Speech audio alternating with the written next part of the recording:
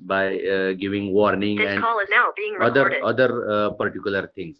My this particular point while collecting this particular disaster management, we all know that there are certain sustainable development goals, millennium development goals, agenda 2030, and of course, as I say that that UNESCO also announced several reports, several programs to for the reduction of this particular disaster risk reduction. But in the global context, and as I say that major challenges to the sustainable development are eradication of that particular poverty, then promoting that sustainable consumption and production, and managing that planet's natural resources base for the benefit of all the sections of the society. And as I say that there are what you say the climate change, extreme weather conditions, or what you say the these natural disasters, these are the challenges, creating challenges to that particular to achieve that particular sustainability. And as I say that there are some serious challenges in the context to particularly India while discussing, because this is a very what you say complex topic to correlate that disasters with this particular sustainable development. But in case of India, there are certain challenges like you all know that means how that defining the indicators, then financing sustainable development goals, then of course monitoring and ownership, measuring progress, means how we reduce that particular challenges. The number of that measures are initiated by international agencies and of course by government of India also for maintaining these particular sustainable development, like agenda 2030, sustainable development goals and millennium development goals through our Niti Aayog, and the schemes, natural efforts like schemes like Saksham Bharat, Sashakta Bharat, Swachh Bharat mission. Then of course like in India, like Digital India, Jandhan, then Swachh Bharat Abhiyan, etc. But the sustainable development that requires everyone's effort to involve in achieving for a historic change in the global level to deliver that particular inclusive growth, maybe climate change and reduction of that particular risk reduction of this disaster of climate change. And of course, this conference is also part of that particular efforts, creating awareness among the society, creating awareness among the these particular researchers. And of course, India is one of the fastest growing economy, second largest populous country of the world, but the growth is not sustainable. There are several reasons, as I said, that from political, from social, from technological point of view and other also, and it is very competitive in nature. But sustainable development maintains complementary relationship between human development and economic growth. So we should think about that particular indicators, technology, bridging the gap between these particular agencies. So far, the sustainable development, and there must be a positive relationship between social, economic, and environmental development.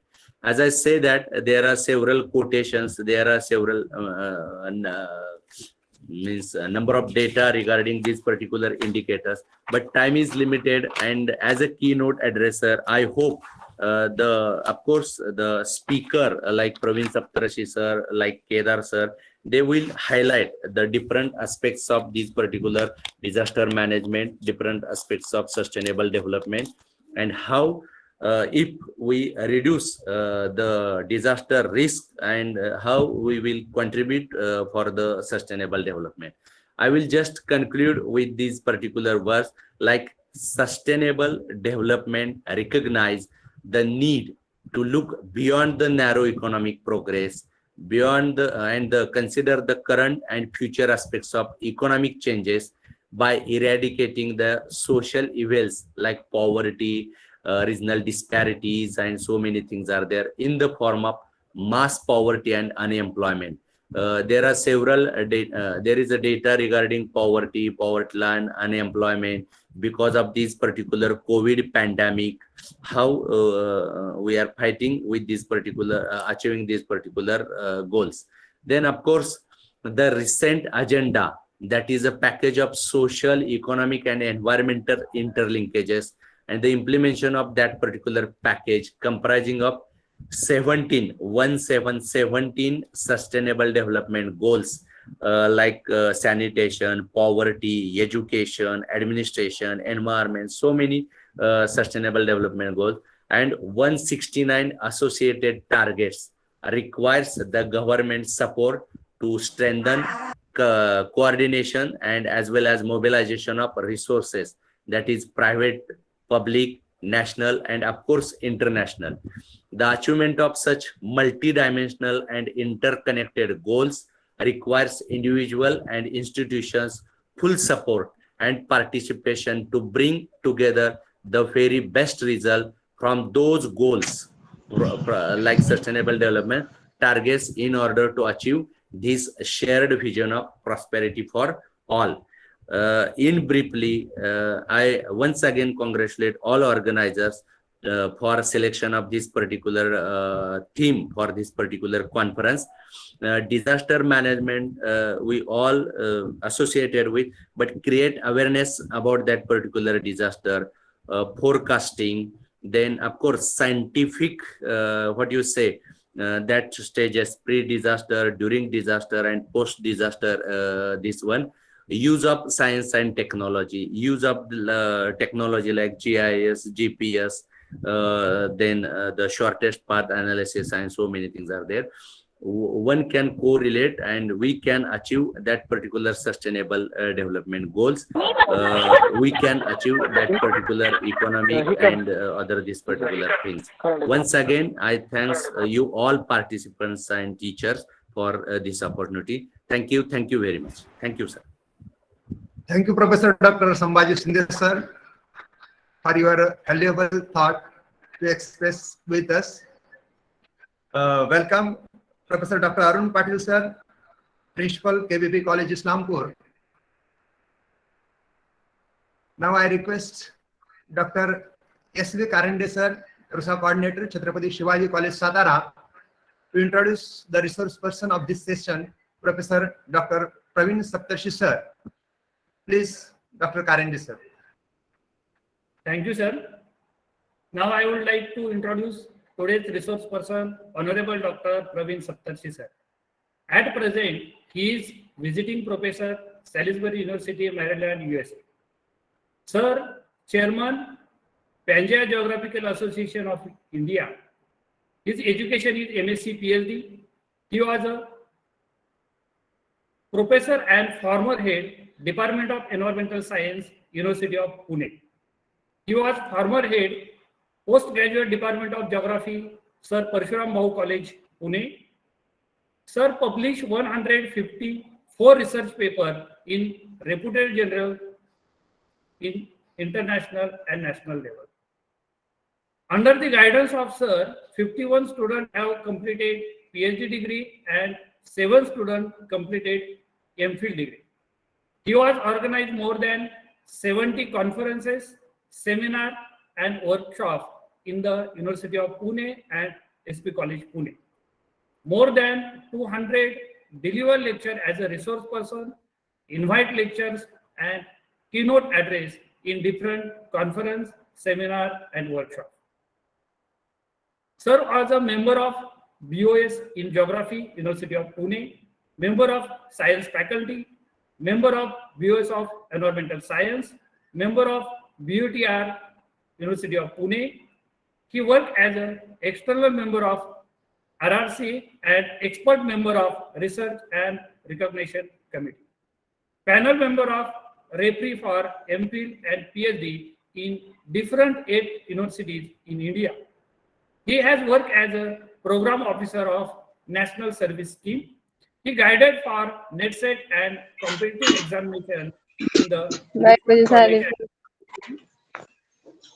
He visited 9 countries for academic and research purpose like United Kingdom, Australia, United States of America, Bolivia, Peru, Mexico, Germany, and Norway. He gives lot of time for community development from the young period to recent era. Sir has done lot of work related to the community development and society enrichment program. So he has felicitated various awards such as University of Pune, now Savitribai Phule University of Pune, Pune Municipal Corporation and Bharatiya Jain Sangatana. Now UGC has appointed as a emeritus fellow at Department of Environmental Science, Savitribai Phule University of Pune from 2016 and Indian Institute for Cost and Management Studies and Research, Pune from 2018. One of the greatest person and one of the eminent geographer is today's research person. I congratulate to Dr. Praveen Saptarji sir once again. Thanks. Thank you very much. Thank you, Dr. Karande sir. I request research person of this session, Honorable Professor Dr. Praveen.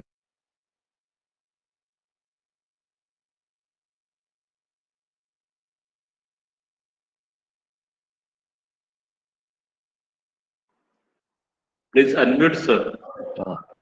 Thank you, Dr. Karande sir. I request resource person of this session, Honorable Professor Dr. Praveen Saptarshi sir, to express your view on disaster management for sustainable development. Welcome, sir. Please. Thank you. Thank you. Thank you very much. Thank you for good words about me. And he has explained my personality in such a way that I have got a lot of responsibility. Hereafter, I should try to achieve all these things that he has mentioned in his lecture, in introductory lecture. I'm really happy to be here in this department because I have got long association with the department. This department is postgraduate department since I think very, very long time, because I visited that department frequently 30 years back, 35 years back. And I know that the eminent scholars like Professor Date, respected Professor Date, then Professor Kumbhar, Professor Gatade, then my dear friend Unde, young man, Unde, expert in statistical methods. So all these people have developed this department, and now Dr. Salunke, then Ram Raje. So these young people are shouldering the responsibility of this department, and that's why I without any hesitation, I said yes to Dr. Salunke when he asked me about the attendance of this conference. Another thing is that I'm very happy that my young friend, Professor Kedar Rijal, he is also joining here from Nepal. This is the college established by great highly respected and honorable person like Karmavir. Karmavir, I have also great association with Karmavir right from my childhood, because once he happened to be at our home when he visited the Karzat Tehsil and established the high schools there at Rashin and Karzat.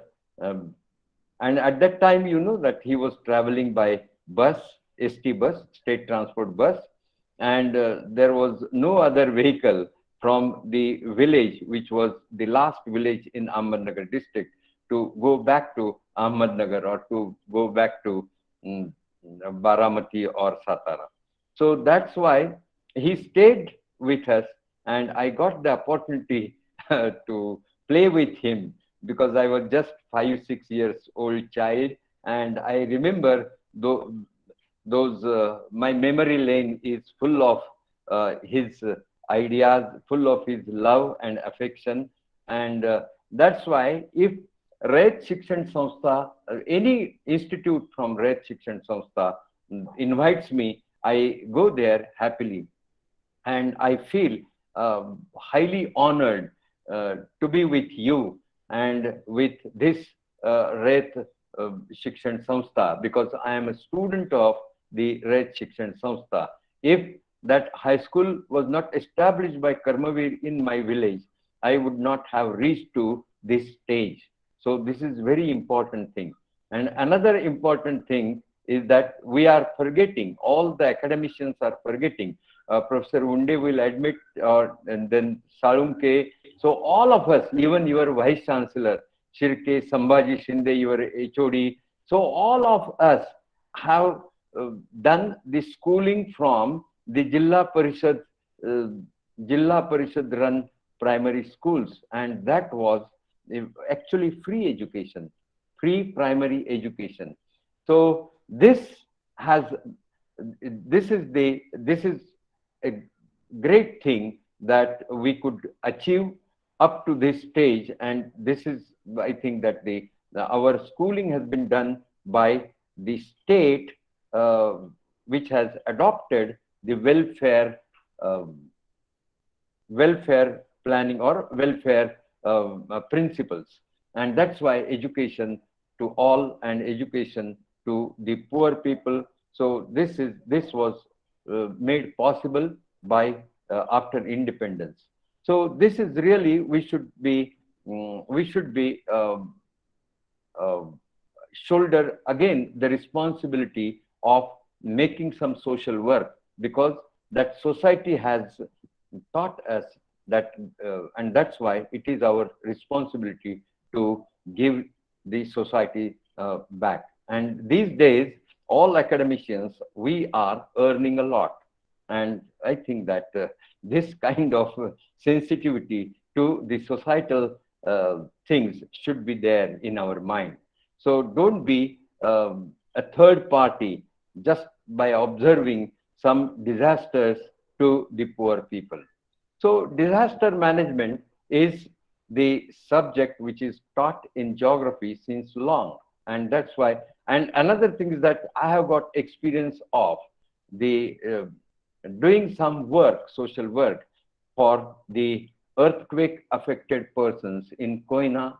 At that time, I was student of SYBSC, and in Killari, at that time, I was the teacher, and in the Bhuj. So at that time, 2001. So that was also, at that time, I was the teacher there.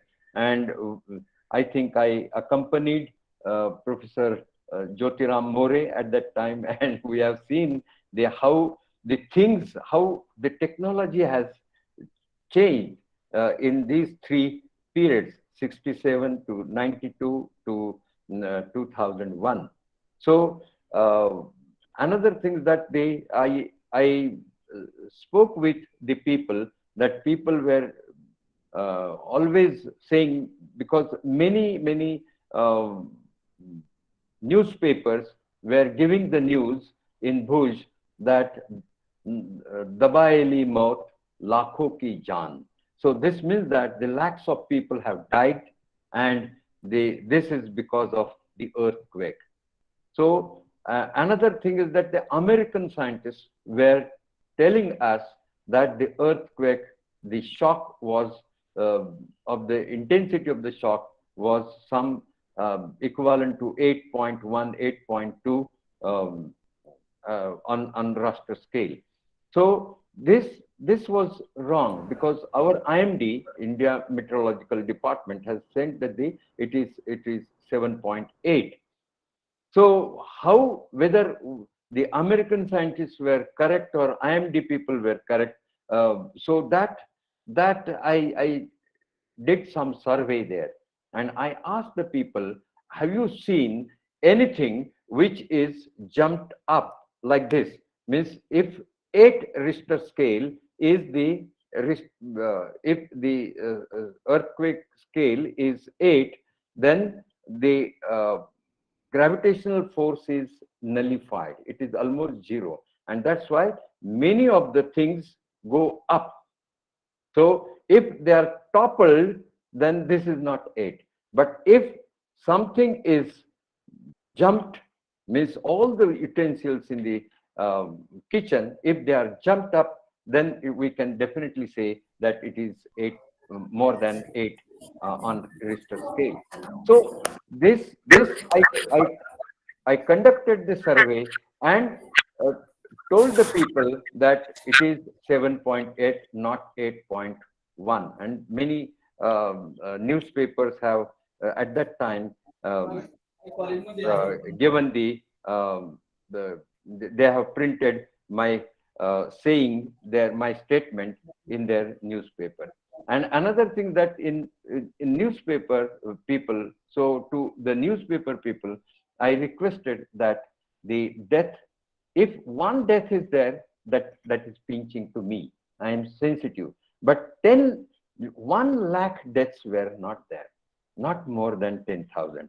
And finally, this figure was correct. So this is how we can say that the rapid rural appraisal, means the rapid survey, could give me the estimation of 10,000 deaths, and that remained correct. So that's why geography students or the students from environmental science should learn about this rapid survey and find out the estimations, because when disaster happens, we need the immediate attention, immediate action, and for that database should be correct. So in disaster management, one principle is that the truth is truth. So you should not say that yes, I felt that this house might have been toppled. No, this is toppled or not. You should tell the correct things or convey the correct things. Suppose the ambulance is running on a particular road, they should say that we are running on this road, not that we'll reach in 0 minutes. Just now we'll reach like this. So we should inculcate the habit of speaking true, and that will definitely help you in disaster management. And another thing is that the disaster management, what is difference between hazards and disasters?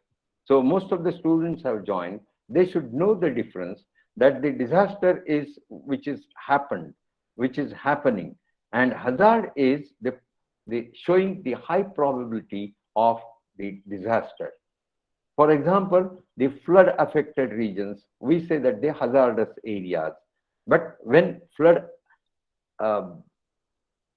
is there, then we will see that this is the disaster. And in disaster or hazards, there are two sets of disasters. One is man-made and the natural. And the third one is both man-made and this mixed with man-made and the natural calamity. For example, the floods in Sangli was considered to be something because of heavy rains.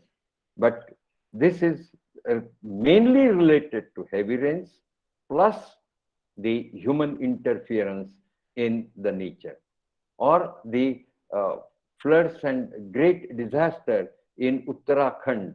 So that was also because of the construction of roads and the construction activities, then concretization, and all these things led to improve the intensity of disaster. And that's why we should be able to find out the areas, hazardous material.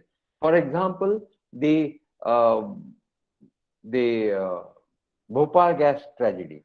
So that gas was leaked because of if water is it comes in contact with water, so it is repelled. means it goes away. And similarly, if you pour some water in the pipeline carrying that particular gas, then the pressure is increased, and it caused the bursting of pipes or tankies or the tanks, and then that is released. Anyway, this property of gas that should be known to all the people. If the collector of Bhopal would have declared that the gas is, this is the XYZ is the name of the gas. People are not interested in name of the gas, but property of the gas is that it is, you just soak the towel, put it on your nose and eyes and mouth, and then you will be free from that particular gas. That gas will be repelled off you, and many fatal accidents would have been saved.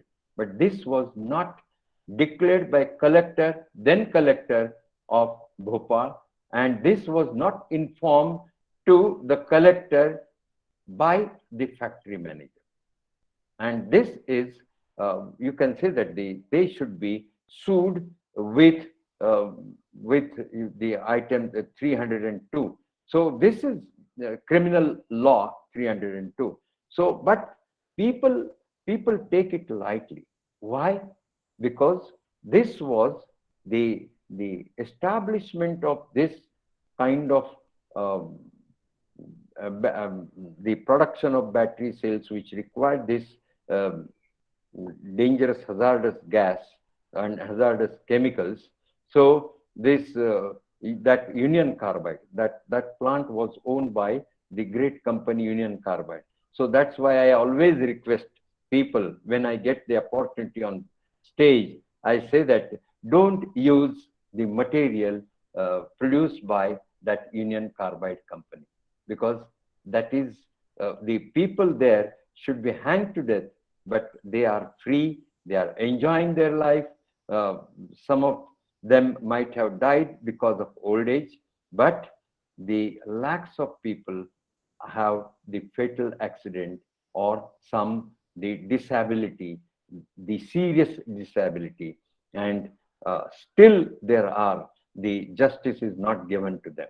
So we can give justice to those people by saying no to the products of Union Carbide company. So anyway, this is just a way of tackling the disaster management technique. This is social dimension of the disaster management plan.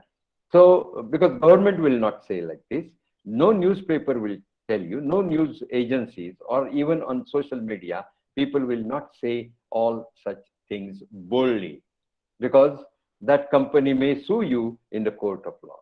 So this is again the how the capitalistic system works on unethical footings.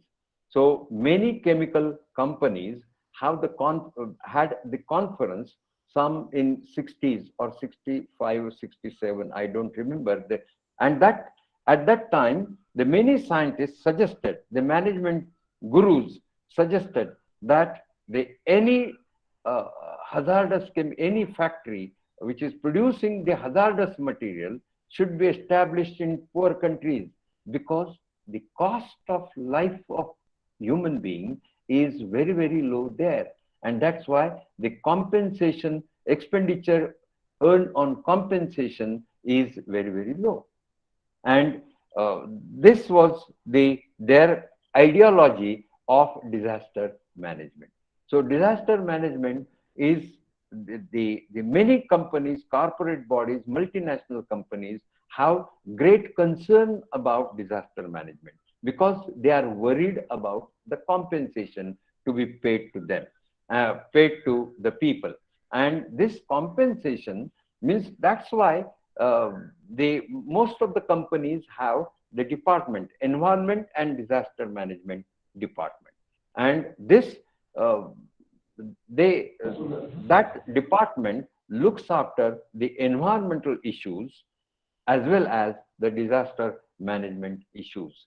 And that's why the environment and disaster manager is one thing. And that's why when I teach to MBA students regarding sustainability management, the disaster management is the important part of our syllabus. So this disaster management, why they are interested in disaster management? Because if the any disaster happens, then the company will have a loss, great loss. And if that loss is higher than their profit they earned in the last 10 years, then that company will have to be closed. And this, the closure of this company means the sustainability is at threat. And that's why they look after the accidents and all these things. And in that, there are the, especially the fire extinguishers there, fire drill is also taken care of. So in our college also it is essential, because in our college you see that the NAC people say that any fire extinguishers are there or not. So we put it, when NAC peer team is coming, we put some fire extinguishers in near the principal's office, near all the classrooms, but nobody knows how to operate it. So once in 6 months, it is essential that we should do the fire drill. So in the developed countries, that fire drill is conducted in the schools, even in primary schools. And the fire brigade people come and they teach the students how to negotiate with this kind of disaster. So this is the important thing that we should take into account. Or even the doors of the classrooms, where any classroom where the people are more than 10, 20 people are coming, there should be at least 2 doors. Then another thing is that the doors should be opened outside, because in the event of disaster, you just, there is a crowd on the along the road and along the so near the door, and that's why people may push the door, and if door is pushed and it is closed, packed, then that is again more disaster. So it should be open outside the classroom, and then people can easily come out. If any smoke is there in the classroom, so the students can easily come out of the classroom. Now you check, when you go back to your college, check all the doors and try to request your principal, request your management that all the doors should be openable outside the classroom, not inside the classroom. So from inside, if door is pushed, it should be open, even if it is locked, because the forcefully it can be opened.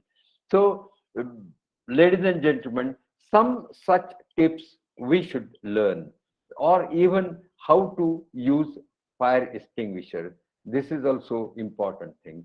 And this, all these things should be in a society. One of my students from Iran, from environmental science, she has done a research on the participated disaster management program. And she has, for earthquake, because she comes from the area where the earthquake frequency is high. And that's why that area is called as the earthquake prone zone. And in earthquake prone zone, we should teach the people at large how to tackle the problem of earthquake when it comes. So how to understand the tremors and how to get rid of the buildings and all these things. So that we have to, and in earthquake, fire can also be there. There is a high probability of fire, and so all these things should be told to the people or people at large should be trained. Then and then only it can be a participatory disaster management program. We generally lack in that. So we think that if fire is there, I will just call the fire brigade person and he will look after this. No, this is not the division of labor. Everybody should take part in the disaster management. In floods, we have seen that we can do some work, uh, at least that those who are hungry, we can provide them food, or those who are actually there in the water. And of course, for that, some expertise is required, and the army people can do this, or the specialized force can do that work. But at least when that force, that specialized force is working, you can be a supporting staff. And for that, some training should be given in the colleges.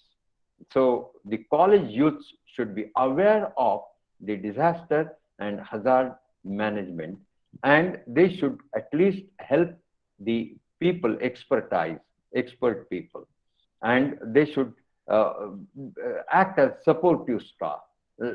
Even if they are not expert, I am also not expert, but I have worked hard for as a support staff. For example, I am not doctor, but in Koina, I have brought the various people who are injured on my shoulder, and then right from climbing down from the top of the hill to the base camp where doctors are there. In Killari, also we have just helped the people who are trying to find out any live human being is buried inside the debris of the houses. So for that purpose, they were sensing the stethoscope with a long handle, and they would find out they can hear, they can sense the heartbeats. And in this way, we can help them to carry their material, or we can help those who are expert in building the houses, temporary houses. We can at least help them.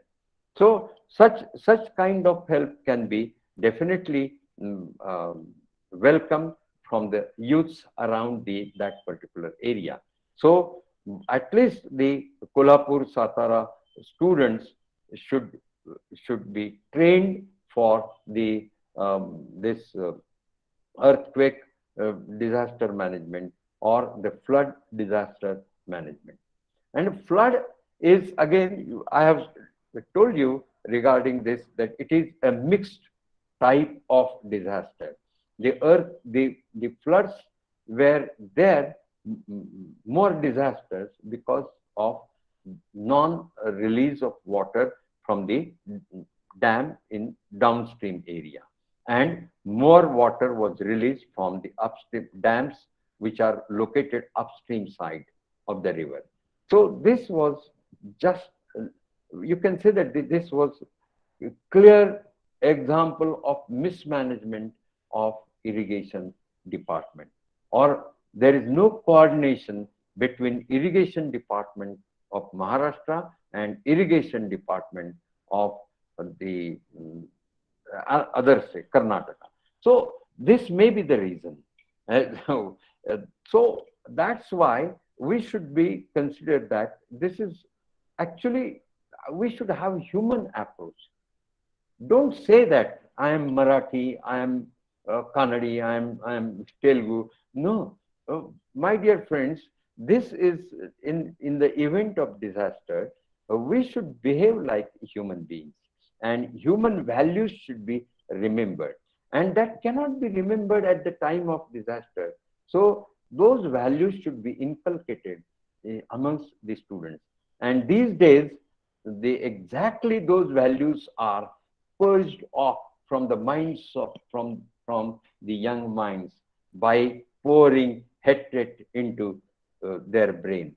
So this is also this is also the great hazard. In future, there will be a great disaster of the man-made disaster, like some communal um, communal conflicts will be there. So now again, you can see that the present war between Russia and so it is creating some disaster. But that disaster was expected, I think, 5 years, 10 years back. And this is mainly because of human values. They are both the parties are not obeying human values. Similarly, in America-Iraq war, America-Vietnam war, the human values were killed first. So one philosopher has clearly stated that the, in any war, what is killed first? Do you know? The people will say that those who are poor are killed first. No, the truth is killed first. And similarly, in each and every war, truth is killed. And if we re-establish truth, then that war will be over. So this is, again, means we need not fight with bombs or fight with the guns, but just truth. What Mahatma Gandhi has said, that truth is such an instrument of making the people more sensitive, making the human values to get re-established. And that's why he was considered as the truth is God. So first of all, he used to say that God is truth, but later on he accepted and he has changed version and he has said that the truth is the God. So I believe in God and truth is God. So this is something important instrument. Truth is important instrument for re-establishing, for developing the human values, human ethics. And those human ethics and human values are essential in disaster management program. And they are essential even to be sustainable on the earth. Mahatma Gandhi has said that the nature has enough to provide all the populations. Even it is projected that the people predict that we will have to face the 9 billion population, feed 9 billion. Yes, that much earth is quite strong to feed 9 billion people. But it is not strong enough. It is not having sufficient resources just to feed a greedy person, one person if he is greedy. So there is, again, all these disasters are caused mainly because of this, you can say that the erosion of these human values, human ethics. Why Union Carbide has not controlled the gas leakage or said on radio, at that time radio was there, and continuously that they please soak your towel in water or handkerchief in water and put it on your nose. So this is because they were not having the ethics, human ethics. So that's why truth and human ethics, they are closely associated with each other, and they are against the um, uh, any truth, and they are closely associated with each other, and this is definitely useful to tackle, control the disaster of any kind. So we will, as a geography, student of geography and environmental science, I will, I must say that the disaster related to climate change must be taken seriously. And that's why the United Nations have, or the Environment and Development Department has suggested that the climate resilience program. And that climate resilience program has also been accepted by our government, central government. What central government is doing is a different story.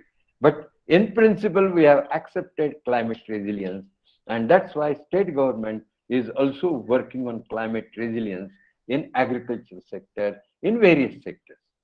So in agricultural sector, what will happen if floods are there, or climate change is marked by the increasing frequency of erratic behavior of rainfall, or increasing frequency of extreme climatic weather events, extreme weather events. So high intensity rainfall is the extreme event, and that is also the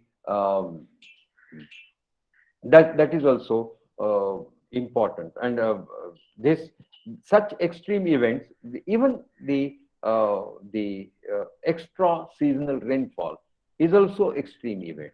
The rainfall in, say, in the month of March or in the month of April may be considered as extreme event, or no rainfall in July and August is also the something, the event which is not the regular one, which is not normal, abnormal event. So this such events will be more, and that's why who is at risk? The farmers are at great risk, because their the loss of their productivity of soil. Productivity of soil is lost mainly because of polluted water is supplied to them for irrigation. And this is mainly because of the urban areas. The pollution of urban areas is released in the rivers, and the river water has been highly polluted to the level which is beyond agreeable level. And that's why the soil continuous irrigation for last 10-20 years, this polluted water is being irrigated to the fields in Indapur. Because I have taken the even Indapur or Tehsil, or even in the Satara Tehsil. So all these things we quite visible, and the students should take up the research to find out why this productivity is reduced and why soil is degraded. And once it is degraded soil, if productivity is lost and the climate change is there, then what will happen to those poor people? It is very easy to understand that, for example, we consider that the global warming may cause the upliftment of the sea level, right?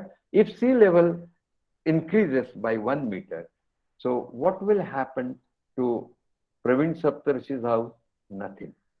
What will happen to the people you are staying in Satara, Professor Salunke or Ram Raje? No, nothing will happen to them. But what will happen to the fishermen who are staying in the slums or in the jhopadas alongside of the western coast of India? So they will be drowned. They will be again, they cannot resist that. And that's why climate resilience program is meant for them. As my young friend, Professor Sambhaji Shinde, has rightly pointed out, that the sustainability goals and the development goals always are based on the principle of addressing the well-being of the poor people. This is inclusive approach, and inclusive approach is essential for maintaining sustainability. And that's why climate resilience program, I think that we should include this in our syllabus. In our university, climate resilience this topic has been included in undergraduate syllabus, and we are providing the very good material for that. Even I am also writing on this, and I can also share my views on the climate resilience, and anybody who requires some the points on these, I can definitely, you can contact me later. But at this moment, I can definitely say that the climate resilience is important, and it is important for those section, for those people who are sharing high risk. So these are risk areas, risk sharing people. So they will be nowhere if slight change is there, slight change, or any you can say that the extreme weather event occurs, then those who are already poor, those who are sharing the risk. And that's why the climate resilience program demands that risk sharing should be same by many people, not by one entity. Now, take the case, my famous example, because I have done the research in this field regarding the milk production. So those who are engaged in milk production, keeping the cattle, keeping goat, or keeping the buffalo. So all these people, milk animals, they are just taking care of milk animals, and they are producing milk. Milk is a perishable commodity, and they have to sell it in the market. And once they sell it in the market, you can say that the simple thing, the people are always saying something about the leaders of the farmers are saying that MSP, MSP, MSP. Yes, I'm for that, no doubt about that. I'm with the farmers because they are sharing more risk. So this uh, the simple thing. Forget about MSP is declared by Government of India, Government of Maharashtra. The milk will be sold with 35 rupees per liter or 40 rupees per liter. No, I will say that they don't declare MSP.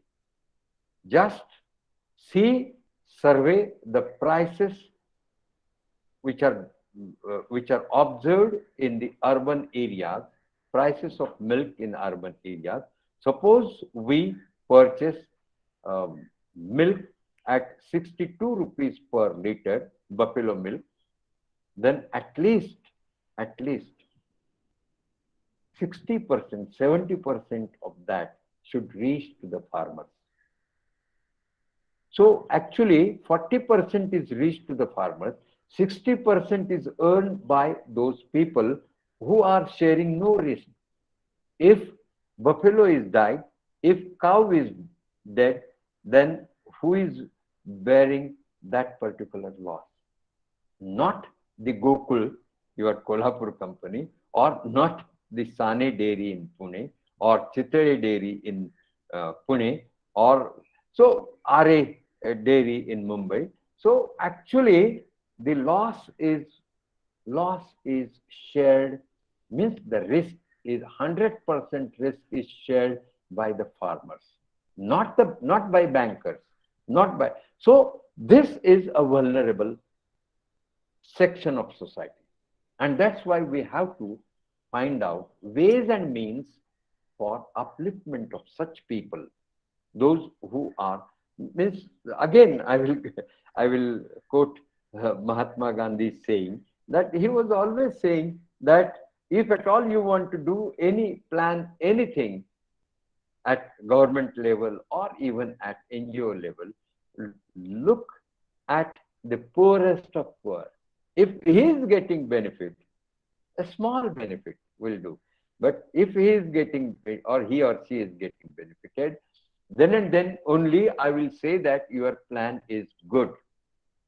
And that's why he was always advocating that the mass, instead of mass production, you should go for the production by masses, so that the earnings, the money generated by human beings will be well distributed.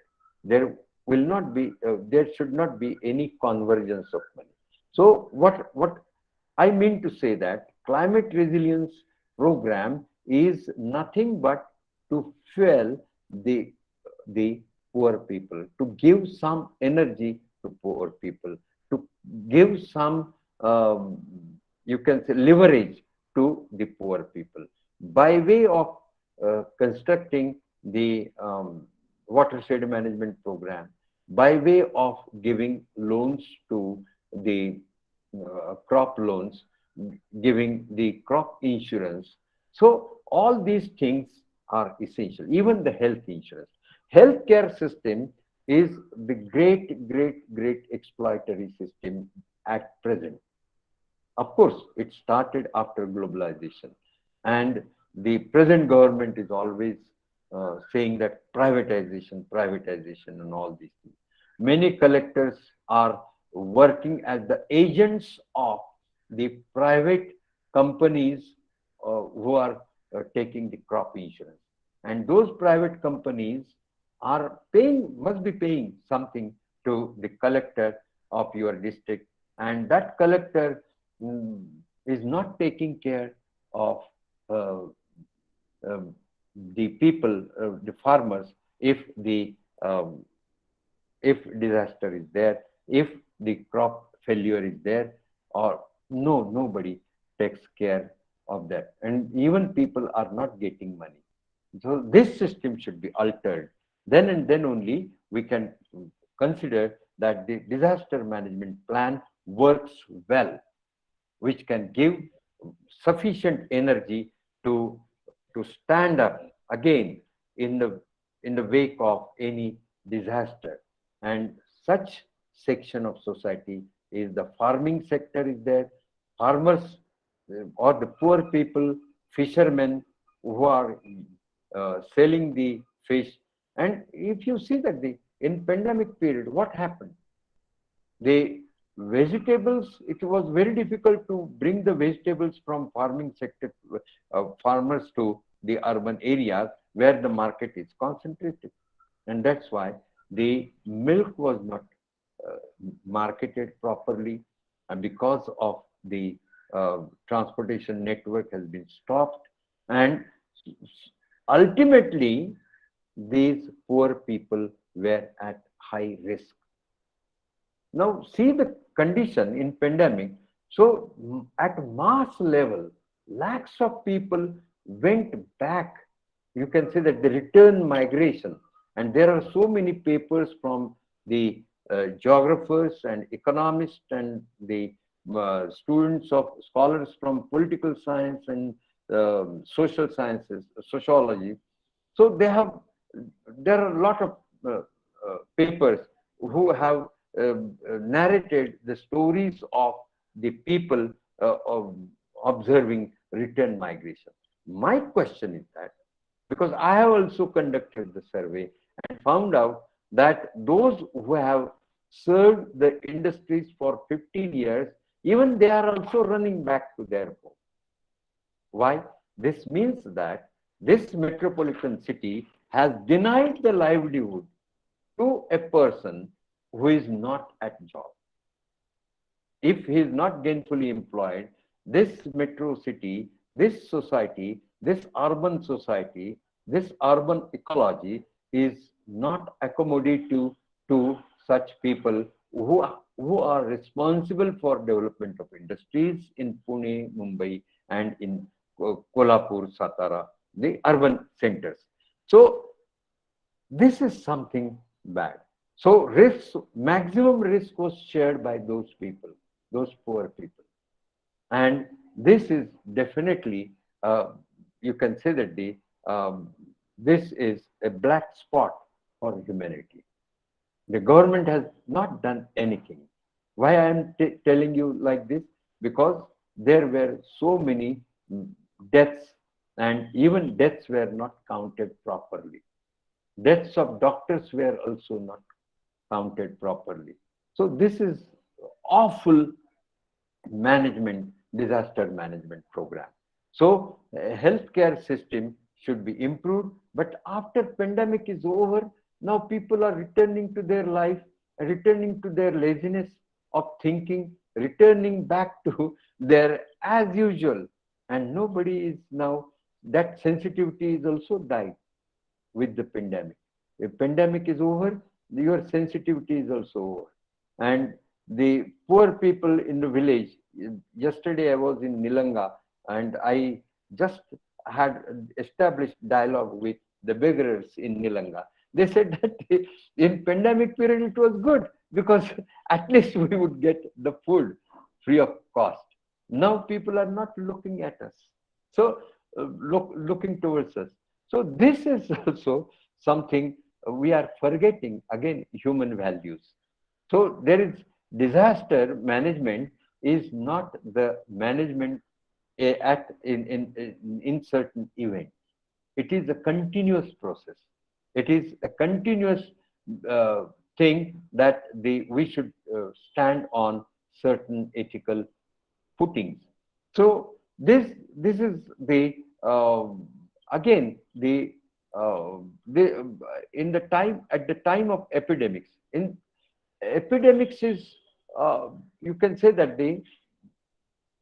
if epidemics is there, this means the failure of management.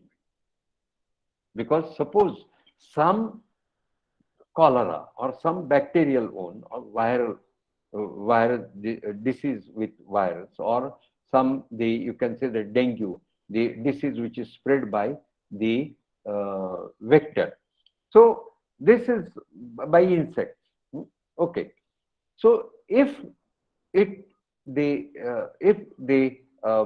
epidemics is there, then this means that you haven't tackled the situation when you heard about the cases of dengue or simple fever or the viral fever.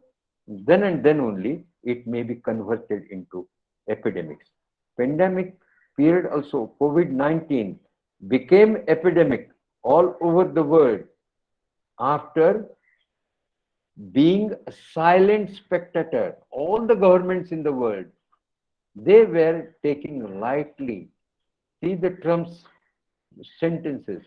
See the some of our leaders were just telling that you just thali bajao, it will go away. So the unscientific attitude of the people at the top has converted these events into epidemics.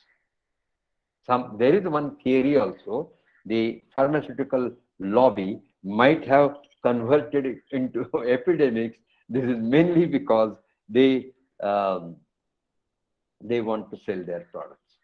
So whatever it may be, but as a geographer or the student of environmental science or as the academicians, as the member of teaching community in our society who has got the great help from the society.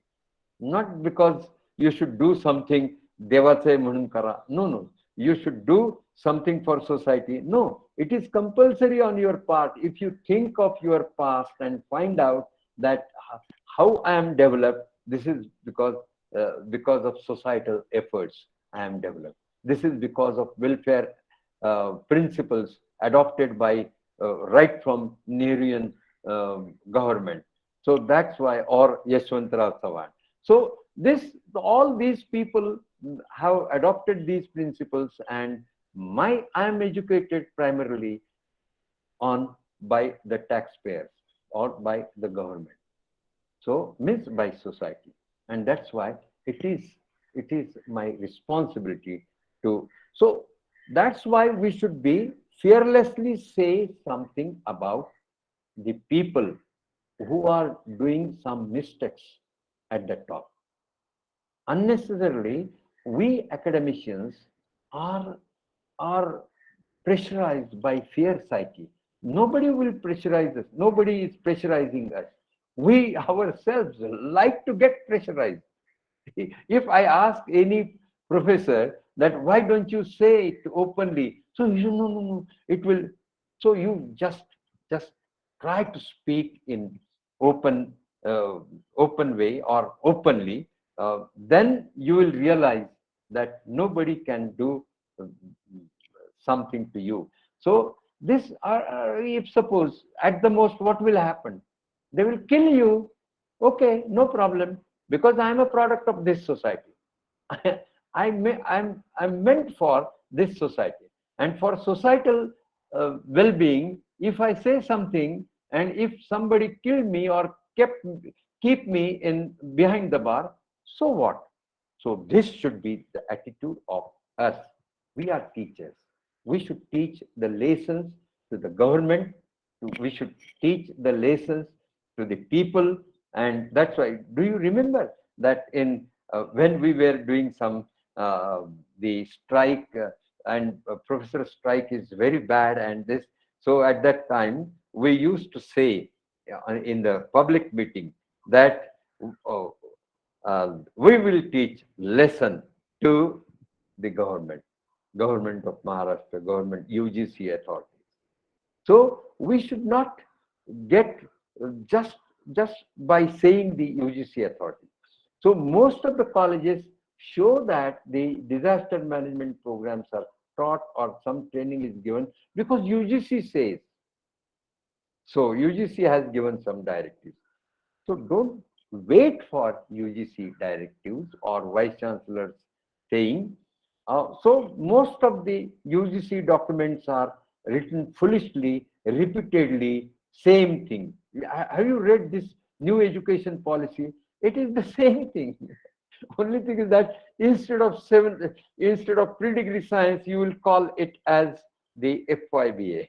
Instead of pre-degree science, you can call it as 12th standard or higher secondary. Or instead of this, you can. Nothing is changed. So new education policy is again another disaster in academics. So this is just saying that something is new education policy means we should be attracted. Something is given for some subject is given for conducting conferences and deliberations on new education policy. There is no new in this, no innovation is found in new education policy. It is the same thing. Those who are experienced people, they can understand this. One day will agree this, and because he has seen so many changes in education, and every time they were saying that it will be more useful, more societal, multidisciplinary. What is that cafeteria approach? All these buzzwords are there used by those people who doesn't know the society and who doesn't know the needs of education, academics. So this is also a great disaster in education system. And at present, most of the, right from UGC chairman, most of the heads of the institutes, heads of universities, they are just doing, you can say that um, they have become the speakers, loudspeakers of the government ideas. This is not good. So the UGC chairman is a learned person. He should be. The present chairman may not be a learned person. Learned means he should be in position to think. So all of them are lazy thinkers, or unless and until you are lazy in thinking, you are not getting promotion. This may be the situation these days. I don't know. So I'm well away from the system for last 12 years. But ladies and gentlemen, so the famines can be the area for disaster management. So my saying is, so what should be the takeaway here from this conference, that the disaster management is not just the event management. It is the continuous process, and for that purpose, we should find out the hazardous areas, identify hazardous areas, and the risk, um, and the population sharing the risk, maximum risk sharing population section of society. And we should always work for this section of society and work in the areas where the disaster can happen more frequently. So disaster prone areas, hazardous hazardous areas or disaster prone areas should be identified, and the most affected section of society should also be identified, and we should work together in the interest of climate resilience, in the interest of environmental resilience. And another thing is that the people at the head of the institute, or even the corporate in charge managers, should think how to internalize. Means this is a management technique, the how to internalize the disaster externalities owing to disaster. So if any disaster, you may not be responsible, your company may not be responsible, but your college may not be responsible, your university may not be responsible for that particular disaster. And that's why for your group, it is something external, that is externality. How to negotiate with that externality, and what internalize, this is what kind of the steps should be taken. So this kind of management technique is called as the internalization of externalities. So all the managers should develop their expertise in internalizing the disaster externalities. And if you accept this as a continuous management program, then and then only the disaster management can be successful in any event. So with these words, I expect that the young scholars would carry out the research on this kind of topics, such topics, and they should give more realistic solutions. And I'm ready to learn from their studies, and you can also be in touch with me if at all you want what kind of research questions should be kept in the central part of your study, or under the focus of your study. So I can definitely help you in this kind of research activities. So conference is mainly meant for that.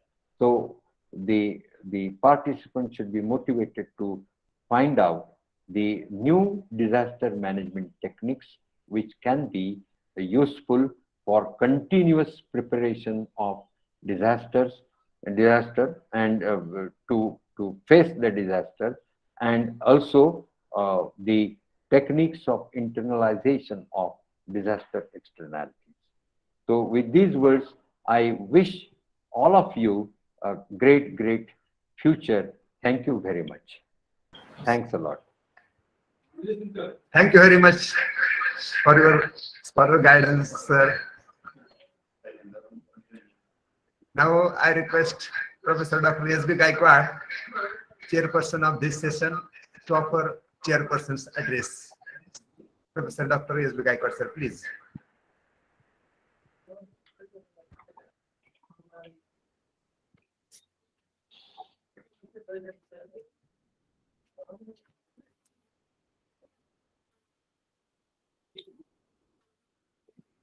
Gaikwad, sir. Mute at only, sir. Hello, can you listen? Yes, sir. Yes, sir. Respected dignitaries of this International E-Conference on Disaster Management for Sustainable Development, Professor Dr. Praveen Saptarshi, Salisbury University, USA, then who has delivered the lecture at the opening time to our beloved BOS chairman, Professor Dr. Shivaji Shinde, Shivaji University, Kolhapur. The organizer, chief organizer, then convener of this conference, Principal Dr. Shivankar sir. Then afterwards, बत्ती गयो यहाँ net आउँछ आउँदैन एउटा conference थियो बत्ती आउँछ आउँदैन अब afterwards who will deliver the lecture, Professor Dr. Kedar Rijad from Nepal, T.N. Lokhande, and organizer of this conference, Dr. R.R. Sawanke and their team, and my beloved participants. Now, Dr. Praveen Saptarshi has delivered his lecture on that issue very nicely. He has given so many examples regarding the disaster management, especially regarding disaster occurred in Killari, then the flood affected area in Sangli, Kolhapur, then irrigation. Even though he has given examples in disaster in colleges, disaster occurring in colleges, and what remedies for that. Even new concept is he has given to us, that is the climatic resilience. The climate resilience conceptual subject is now it should be introduced in our syllabus, because that is the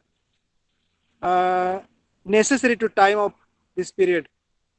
So many disasters are here, even though earthquake, flood, fire, then the changing climate. Just day before yesterday, the Uttaranchal landsliding, that is also such type of disaster. So disaster management is the subject is now the very important subject for the studying, for the researchers. So many research has doing on that issue, but the subject disaster is not stopped subject. The disaster is ongoing processes. So many peoples are faced for the disaster. Mostly the farmers are faced for the disaster, because when their grape gardens are full-fledged, grapes are coming, and that time suppose hails or heavy rains are come down on the garden, so the loss of these farmers are very horrible. So this is the disaster management occurring regarding the farmers. So many examples we have here. Even though our UGC guidelines are also introduced in each college, the statutory committee is formed regarding the disaster management in each colleges. Then we, even though in village level, so many mandals are working there, especially the riverside villages, riverside cities. There are so many mandals. When the flood occurs, these mandals are working actively for the management of disaster. Even though NDRF force also controlling the disaster management, but in that process, so many problems are there, especially faced by the farmers, because only few percent farmers are doing their crop insurance, and more than 90% farmers are not taking the crop insurance, and they are faced so many problems regarding that disaster. So we want to need the much more study regarding that, and we are follow the senior persons who has delivered the lecture, just like a Praveen Saptarshi sir, then Shinde sir. We follow their study, and we do the necessary work on that. So again, with you, with best of lucks for that conference, I should conclude my chairman speech. Thank you very much. Thank you, sir, for your valuable guidance. Thank you. Now, analysis session second starts. I request Dr. Nanda Vibhuti ma'am, Assistant Professor, Chhatrapati Shivaji College, Satara, to introduce the resource person of this session, Honorable Professor Dr. Kedar Rizal sir. Please, Nanda Vibhuti ma'am. Thank you, sir. Good afternoon to all the respective participants and dignitaries. I introduce today's renowned resource person, Honorable Professor Dr. Kedar Rizal sir. At present, he is working as a professor, Central Department of Environmental Science, Tribhuvan University, Kirtipur, Kathmandu, Nepal.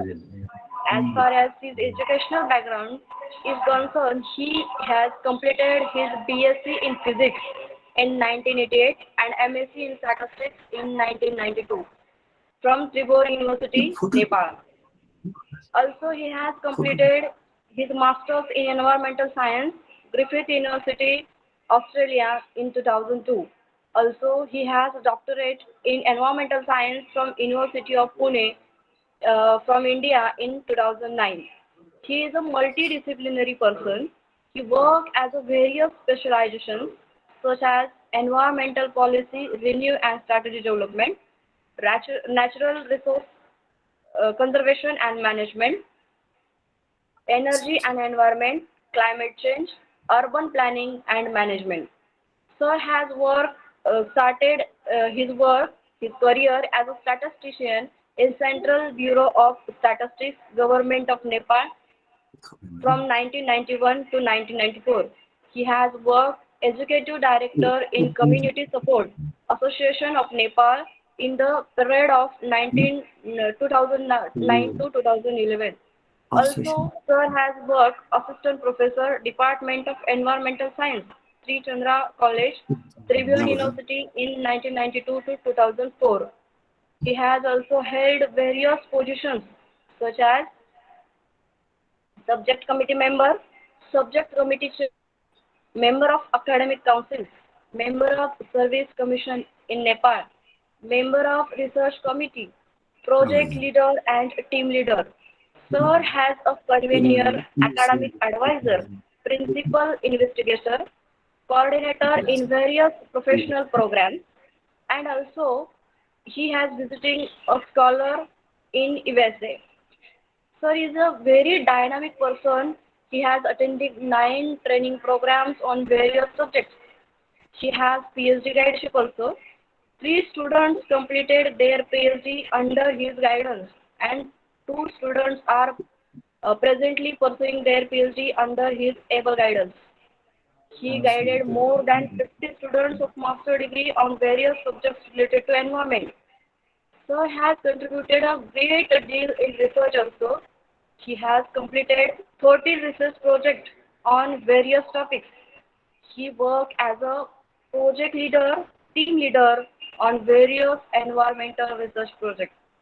Also, he worked as a member of various professional associations. Sir has a great strength in research paper publications. More than 45 research papers published in various reputed national and international journals. For academic purpose, Sir has visited near about 32 countries. Such a reputed and scholarly resource person we have got for our international conference on the disaster management for sustainable development. So I welcome him on the behalf of Geography Department, Chhatrapati Shivaji College, Satara. Welcome, sir. So in this way, I hand over the next program to our respected sir, Honorable Dr. R.S. Madaneshwar, sir. Thank you, sir. Thank you, Dr. Nanda ma'am. I request resource person of this session, Honorable Professor Dr. Kedar Rizal sir, to express your view on disaster management in Himalayan region. Please, please, sir. Thank you, sir. Can you hear me, sir? Are you hearing me, sir? Yes, yes, sir. Okay. Thank you, thank you, organizer, giving me this opportunity.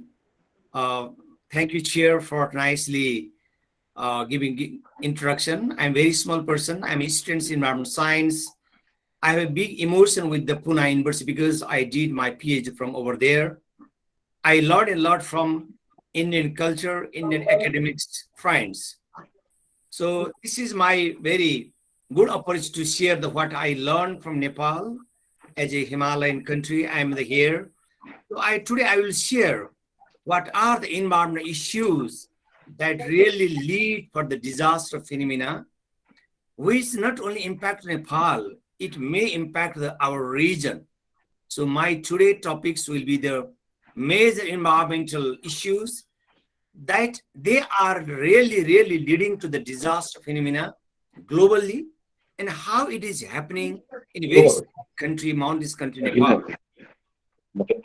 So if you talk about the major environmental problem, which is really introduced by humankind, we are the main culprit for this environmental problem. All these among them, today I will focus the climate change, air pollution, hazardous chemical, land degradation, loss of biodiversity, ozone depletion. All these are the issues.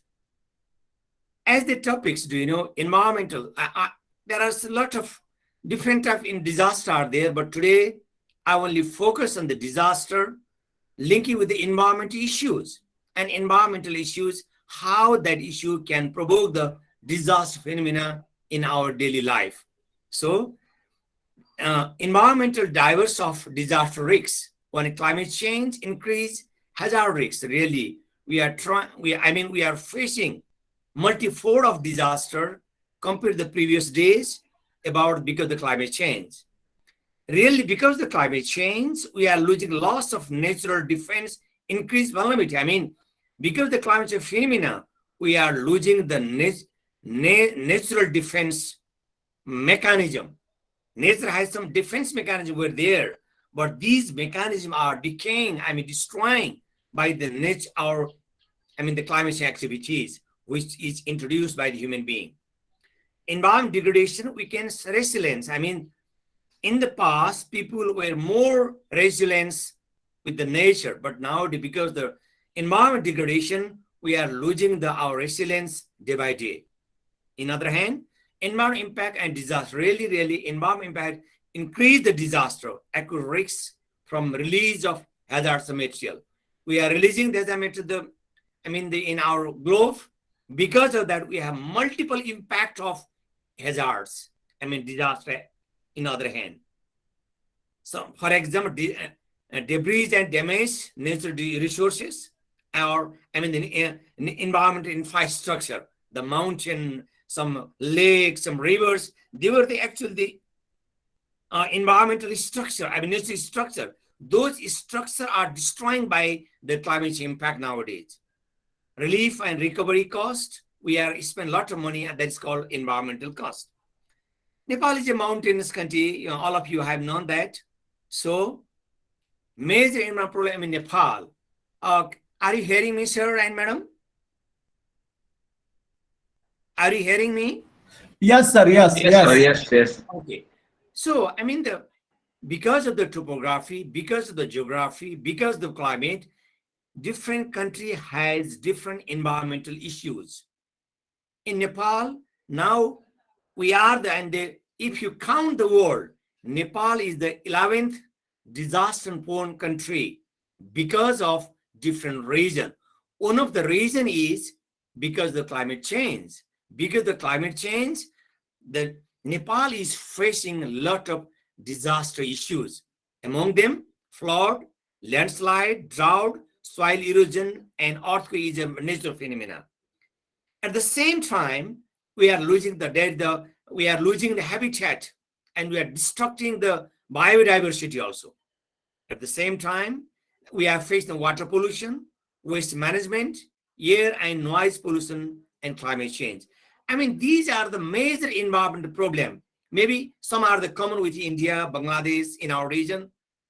So because why I'm talking this factor means they are the drivers of the disaster. They really magnify the skills, frequency, events of the disaster in our region.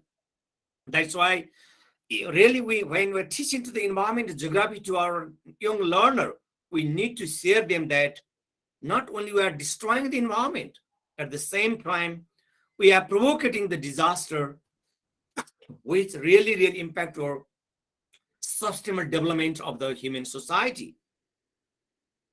The root cause of environmental problem, if you go in the deeper scale, the root cause of environmental problems are unmanaged population growth. In one hand, we are telling that human resources are good.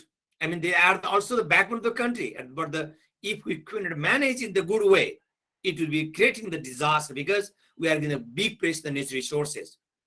Haphazard urbanization is one of the environmental issues which really created the disaster, like urban flood, like the depletion of the irrigation water, as the Satara has mentioned, that how farmers are getting the trouble from the not getting the water.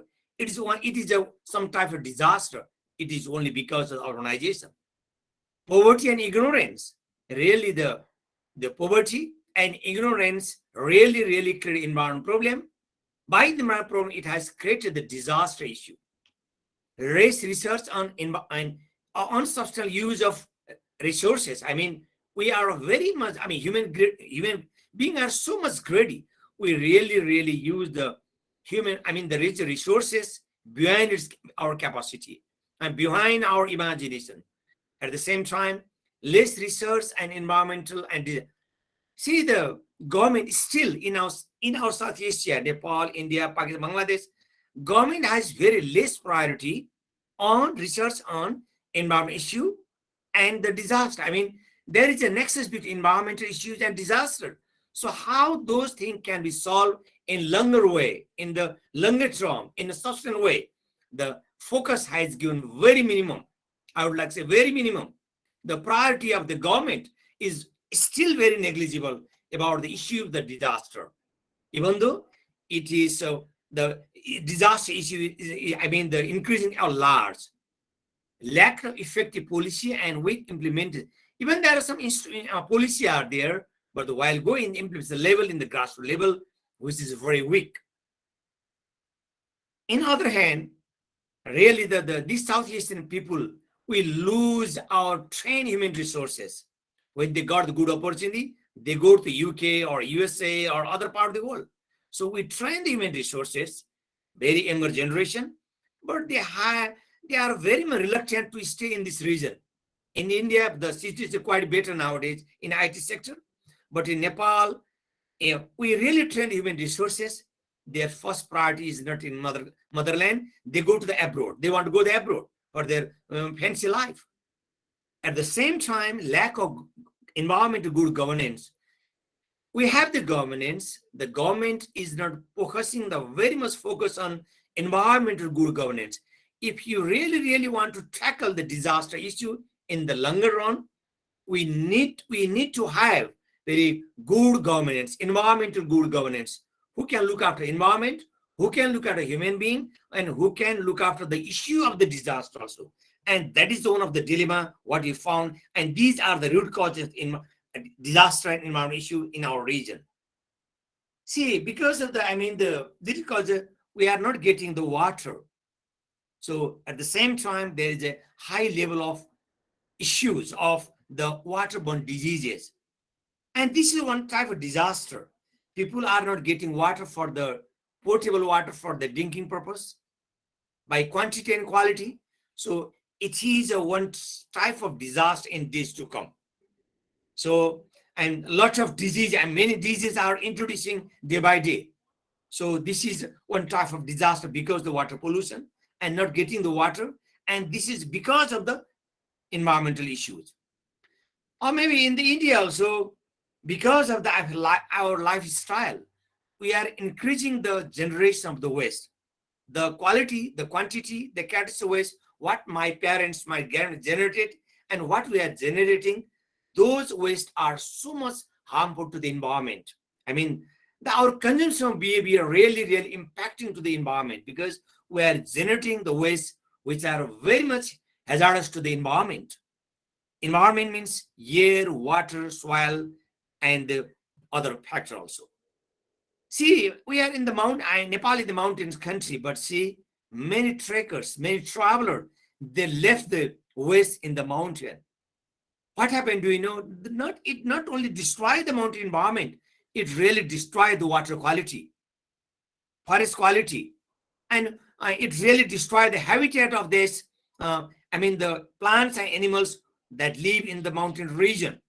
So in the name of the development, we really destroying the natural habitat of all the living beings. Finally, it is impacting to the environment, and finally it impacts the human health and all the health of the plants and animals. So this is one type of disaster. I think it is very common to India and Nepal also. At the same time, we have the very air pollution issues because of industry. And the industrial pollution is not a country-wide issue. There is a transboundary issues also there. So as a researcher, new researcher, they need to think not only local level, they need to think regionally and globally. Even they do the air pollution issues, they will maybe they think to how the Maharashtra and the Gujarat, how the Uttar Pradesh and the Nepal, they need to increase their way of thinking. They need to be wider how this issue can be solved in the local, regional, and the global level. So I kindly request to the younger generation, the researcher, do not remain only in the local level. Try to be formally research objective, how those issues looking at in the globally, how those global issues can be tackled from the local perspective. At the same time, there is a big impact of Himalaya region, Nepal. See, I will give one example. The rainfall pattern has drastically changed. I think it is very uncommon in India. This region is mainly based on the monsoon. The monsoon pattern has really changed in this region. So if it will happen, what will be the impact? See, there is impact on there's one example. Nearly 1957-59, there is one lake, and that is the Grace in Nepal. Its area was 0.23 kilometer. But at 2004, the square of the area of the lake increased 1.27, beyond imagination. So it is one of the examples that how the mountain, how the Himalayas are impacting because of the climate change. It not only the climate impact this increasing of the lake, it will really impact the agriculture and how the flow of Ganga River, the water source of it's from the Himalayas. So after a few years, after a few decades, maybe there will not be water in the Ganga River because all the ice in the Himalaya will be finished by melting. Then what will be our livelihood? What will be our civilization? So it is beyond imagination. So we need to think, we need to inform the government and the policymaker planner, and we really need to change our consumption behavior also, how those issues can be tackled in a sustainable, in the longer way. Here. See, these are the couple of examples which is happening in the Nepal. Sarah, have you seen my slide, and are you hearing to me? Hello? Hello, sir. Okay. My slide Yes. are moving, sir? No, sir. No, sir. Now I'm in the slide 18. So you couldn't see my slide? You first slide show, sir. Yes, sir. Yes, sir. Yes. 4 number slide show, sir. Which number? 4. Oh, sorry. Now I'm in the 18. Why it's not? Last time I said.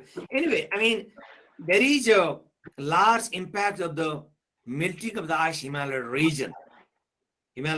So this is really, it will be invite the disaster if the glacier will melt and they will burst. The downstream will be really the bridge, the civilization, the settlement will be collapsed. And this is this is the type of disaster which may occur in the future. See, in the monsoon region, Nepal is a mountainous country. We really lose the. Can you see this slide? Yes, sir. Yes. Yeah. So landslide really destroy our economy because it really washes away our roadside also, the road also, industry also. this is not because of the rain. This is because of our development activities. While doing the development activities, we do not care the Mother Earth. We do not care the environment issues. That is the one of the reason that we really facing. See, this is one example. Every year, we are losing the economy, we are losing the life, we are losing the property because of these disaster events.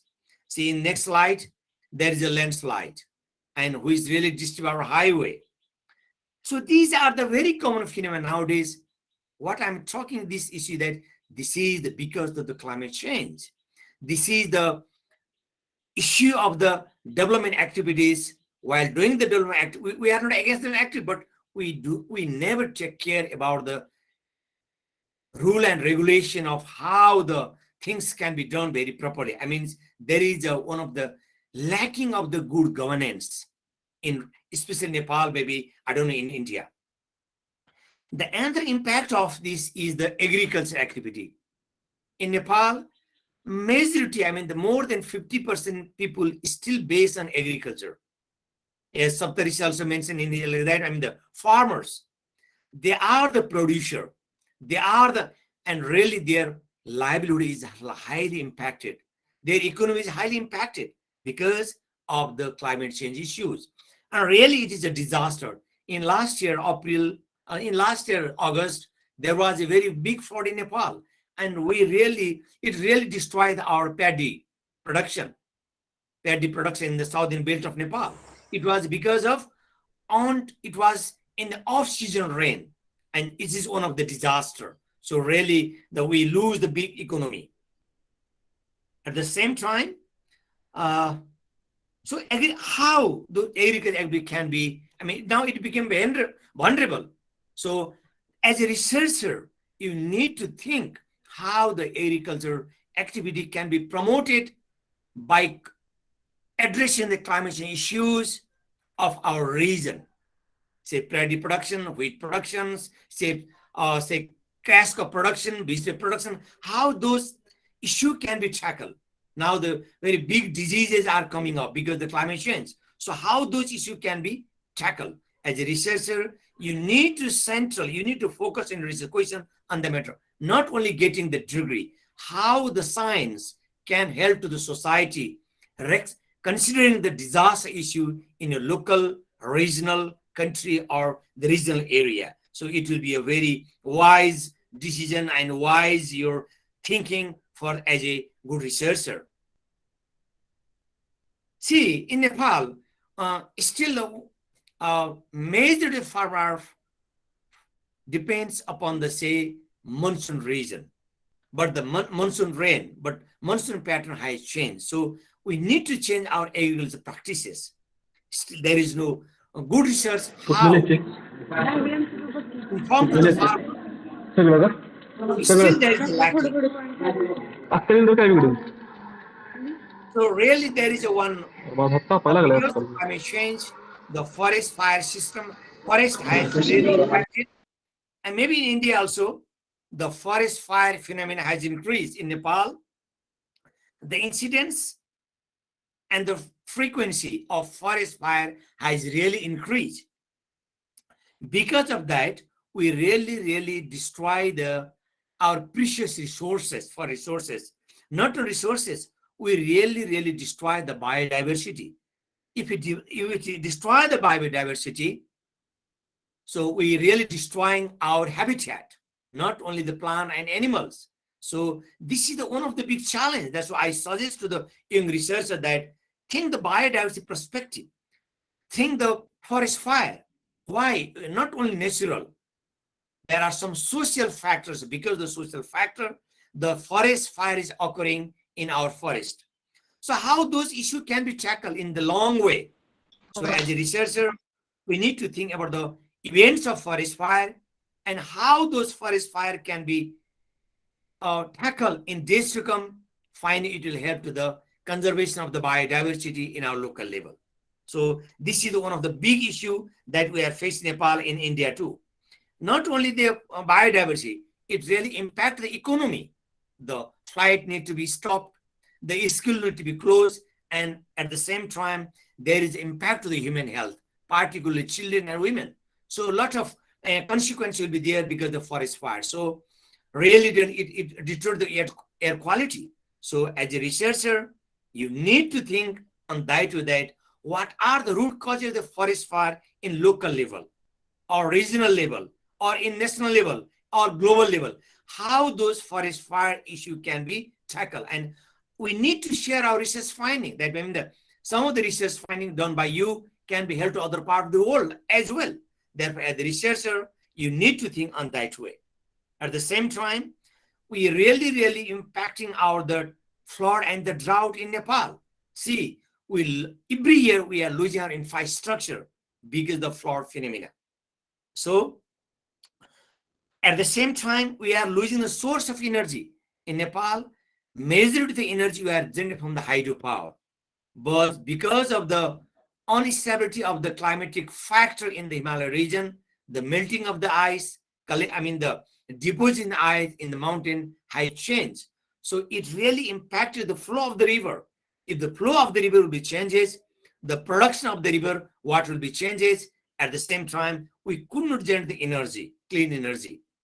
So all these are the issue. But as a researcher, as a student of environmental science, geography, the social science also, we need to think that how the disaster and climatical factor can be addressed.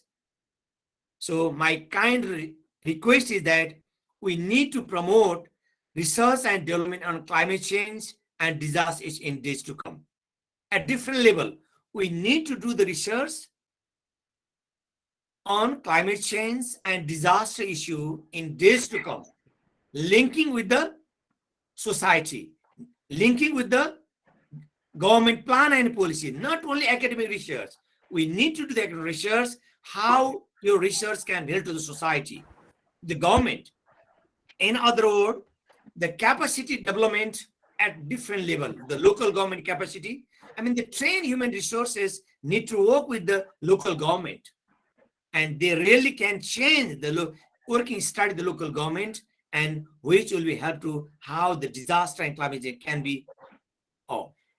In other words, I would like to say that global, regional, local level research collaboration can help. We need to do the research collaboration, India to Nepal, or Nepal to Pakistan, Bangladesh, or globally. So we need to share our research find. We need to it's not a one in district, one province, or one state phenomena. It's a globally. We need to do the research in a global scale, doing the collaboration, research collaboration, north-south collaboration, north-south collaboration. So it really, we can bring the no-cost and low-cost solution at local level, how we can minimize the issue of the disaster. Not only resources, we need some solutions, ideas, which is very low cost and no cost. How those issues can be tackled at local level, that we people, the researcher, can bring that solution. At the same time, we need to train, we need to communicate our research find the society, and we need to plan. So with this source, I really thank you to the organizer. That what I would like to say at the end, my last point, that we need to educate our young researcher how the climate change and disaster issue can be linked at their research questions.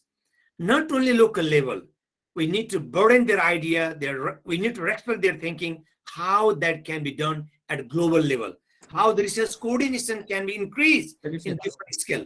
So with this all, I really thank you to the organizer for giving me this opportunity. Thank you very much, sir and madam. Thank you.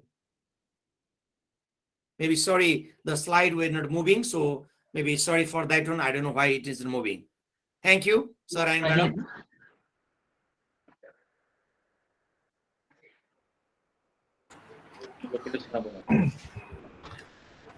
Okay.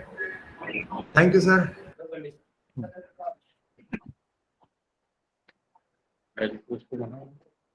Thank you very much for your scholar guidance, sir. Now I request Professor Dr. A.N. Lokhande, sir, Head Department of Geography, KBP Mahavidyalaya, Pandharpur, Chairperson of this session, to offer Chairperson's address. Dr. Lokande, sir, please. Good afternoon, all the dignitaries and participants in this one-day international meeting on disaster management or sustainable development. Organizer Shivankar Sahib, Secretary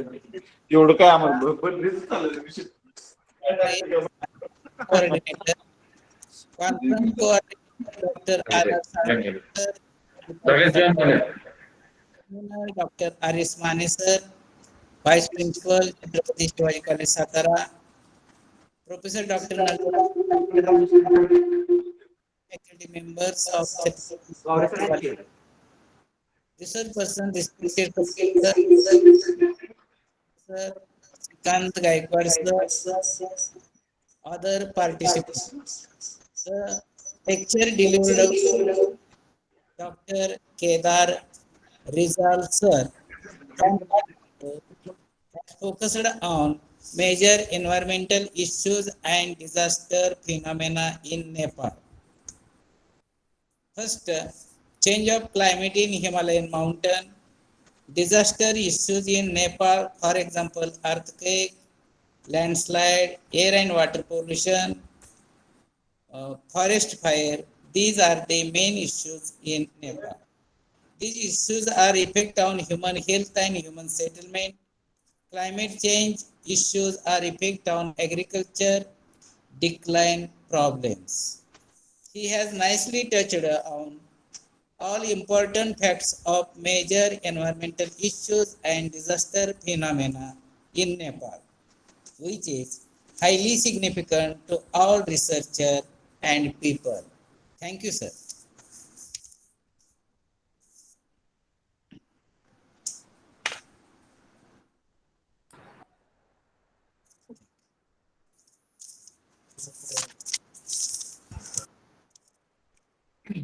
Thank you very much for your scholarly guidance, sir. Now I request to our college vice principal and IQC coordinator, Professor Dr. Anil Kumar Bavre, sir, kindly express your thought as a chairperson on this occasion. IQC coordinator, Dr. Anil Kumar Bavre, sir, please. Sir, may I audible? Yes, sir. Okay. A very good afternoon to one and all. The Department of Geography of my college today they are organized the international e-conference on disaster management for sustainable development. Friends, we know that this year whole India is celebrating Azadi Ka Amrit Mahotsav. At the same time, the Chhatrapati Shivaji College is also celebrating the Platinum Jubilee year of our college.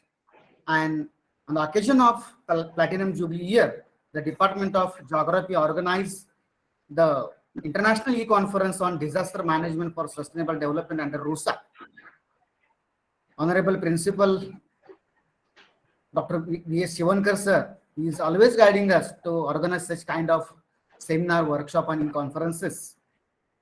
I congratulate Department of Geography because they have organized international e-conference on a very basic issue, which issue the whole world is facing now. So I congratulate Dr. R.R. Salve sir, Honorable Ram Raja Mani Deshmukh sir, and dear participants. At the outset, when I'm talking about the disaster management and sustainable development, this topic for the e-conference, this is a very relevant topic because nowadays all the countries in the world at present, Honorable Professor Rizal sir, he has presented in his presentation, not only Nepal or not only India, whole world is facing the challenge of disaster and there is necessity to manage the disaster. So disaster management is the basic issue before whole country and whole world also. We know that disaster management and disaster risk reduction is integral part of disaster management. And again, disaster risk management is the integral part of social and economic development also. It is essential if development is to be sustainable. If you expect the development is sustainable for the future, again, it is necessary to disaster risk reduction. The students and the researchers from geography and all the social sciences know that there was one strategy, the strategy known as the Yokohama strategy, and plan of action for the safer world as a first major international framework for disaster risk reduction.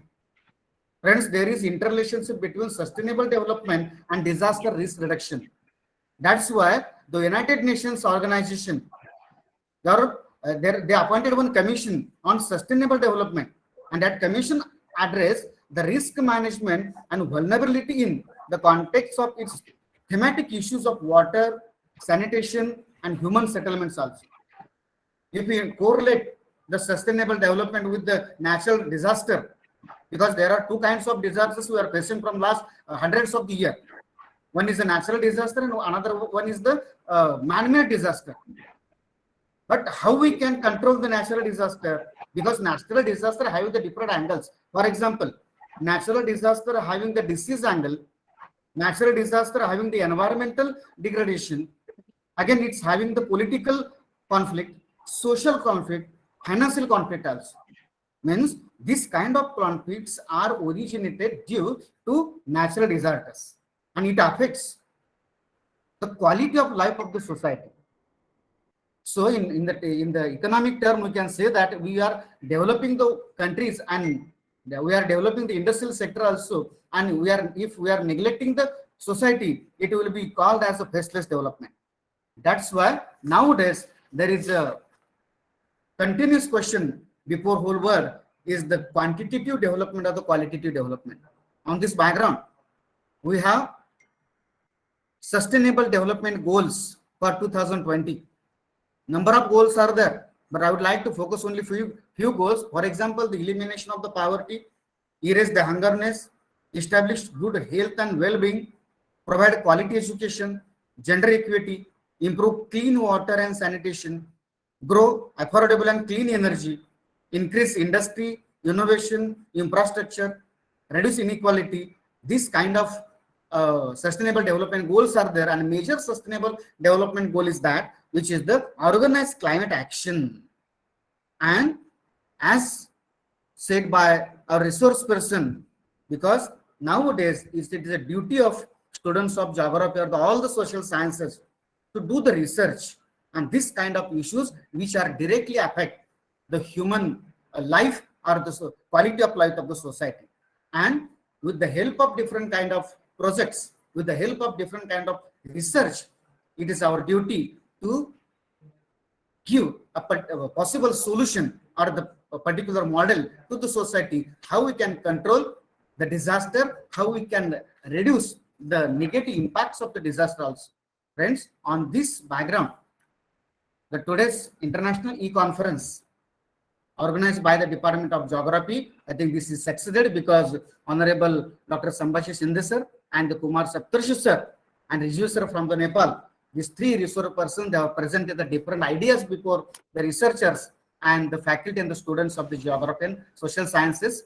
I once again congratulate the Department of Geography for organizing such a nice e-conference for the students and teachers. Thank you. Thank you very much.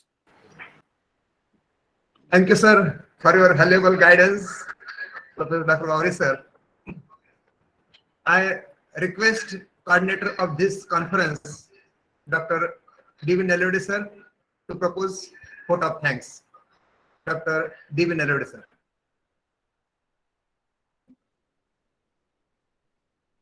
तुम्ही चालू करा तुमचं पटदेशी. तुमचा मला बोलता येईल.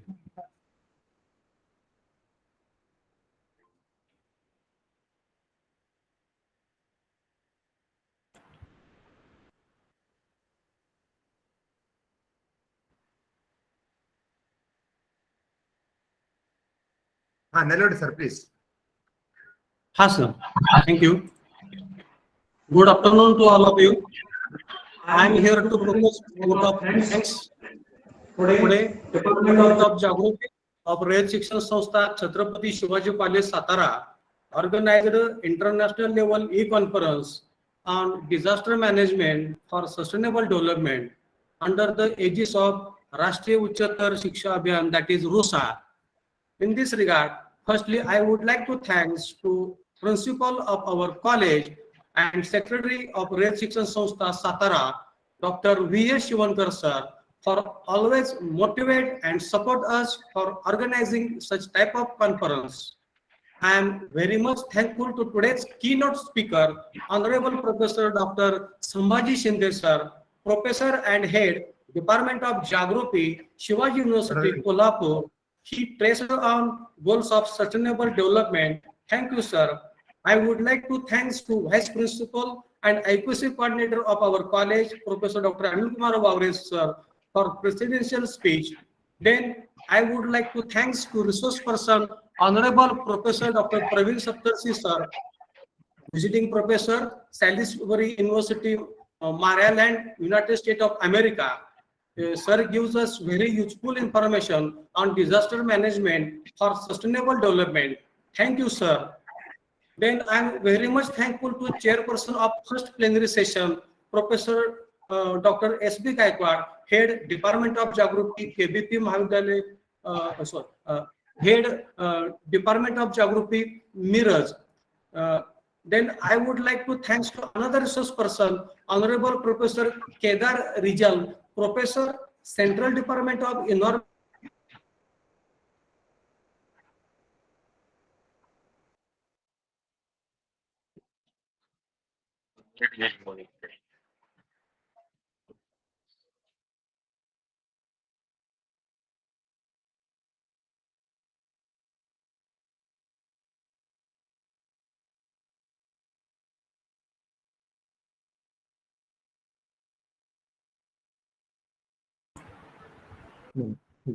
Darugada, Pratishi Darugada. Hello, Darugada. Hello. Yes, sir.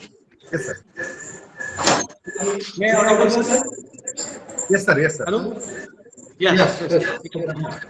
Yes. Then I would like to thanks to another person, Honorable Professor Dr. Kedar Rijal, Professor, Central Department of Environment Science, Tribhuvan University, Kirtipur, Kathmandu, Nepal. He guided us nicely presentation. Then I am very much thankful to chairperson of plenary session, second plenary session, Professor Dr. T.N. Lokhande, Head Department of Geography, Pandharpur College. Then I would like to thanks to Dr. D.K. Kambale, Assistant Advisor of NAC, Bengaluru. I would like to thanks to former Head of Department, Chhatrapati Shivaji College, Satara, respected Sri S.P. Dakte sir, Principal Dr. Arun Patil, Islampur, Dr. Chandrakant Mane, Patan, former Professor Dr. Ramchandra Unde, Dr. K.R. Jadhav, Dr. Arjun Wahak, Dr. Ashok Khade, Dr. Sudham Khade, Dr. P.J. Hazare from Rajapur. Then I am very much thankful to Vice Principal of our college, Dr. Srimati Roshanara Sheikh, Dr. R.S. Mane Deshmukh, Departmental Head and Coordinator of this conference, Dr. R.R. Saunke sir, for inspire us to organize workshop. I also thanks Dr. H. Nimse, who is the organizer secretary of this conference. Then I extended my thanks to all faculty members of our department, Mr. H.L. Deshmukh, Dr. Sudhakar Koli, Dr. Srimati Nanda Vibhute, Mr. P.R. Bhatkar, Mr. D.C. Jadhav, Ms. P.P. Shinde, faculty of our college, faculty of other colleges, faculties who joined from other states, and students who joined this workshop and make it success. I also thanks to Dr. R.S. Mane Deshmukh sir for comparing, who is a convener of this conference. I am very much thankful to technical expert of this conference, Dr. Abhijit Pore, Mr. S.V. Kolekar, and Dr. Santosh Mane from Mauritius. With permission of organizer, I declare that workshop is over. All the participants are requested to fill the feedback form. Thank you. Yes. Thank you very much. Feedback link is provided on Telegram and WhatsApp group and also chat box. All participants are requested to fill feedback form. You will get certificate on your mail within 4 days. Thank you. Thank you very much for joining. Thank you all.